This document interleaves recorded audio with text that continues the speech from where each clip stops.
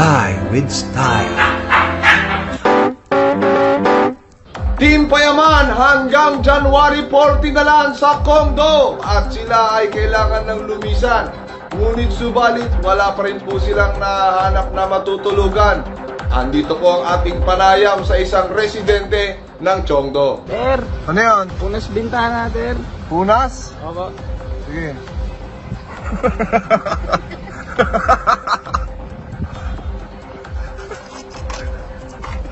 Sir, 239 lang po. Bakit naman? Laki mo kasi ng basahan ko, sir. O, pwede ba 200 na lang? Di, discounted naman 239. O yan, 250, sobra na yan ha. Ayoko, sir. 239. Masyadong mabisyo to eh. O, 500 o. 239. Ayaw mo ng 500? Opo, sir. Bakit? Promo ho kasi namin, sir.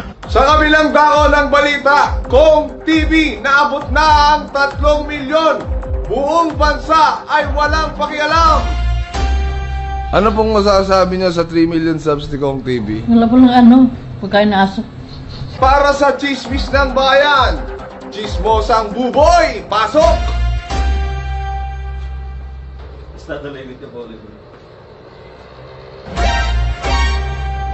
Para naman sa ating mga chismis. Josh Drake, kalbo na.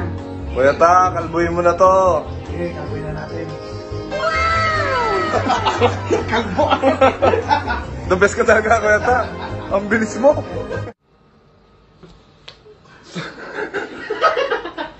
Sa ulo ng mga nagbabagang balita, nandito po kami ngayon para dalhin sa inyo ang mga balitang nagbabaga. Ako nga pala si Makmak.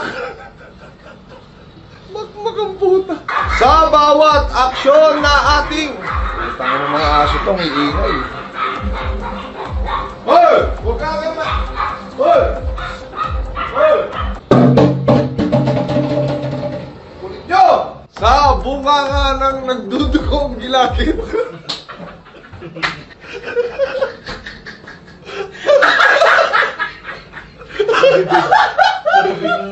Ako naman si Makmak para sa Balitang!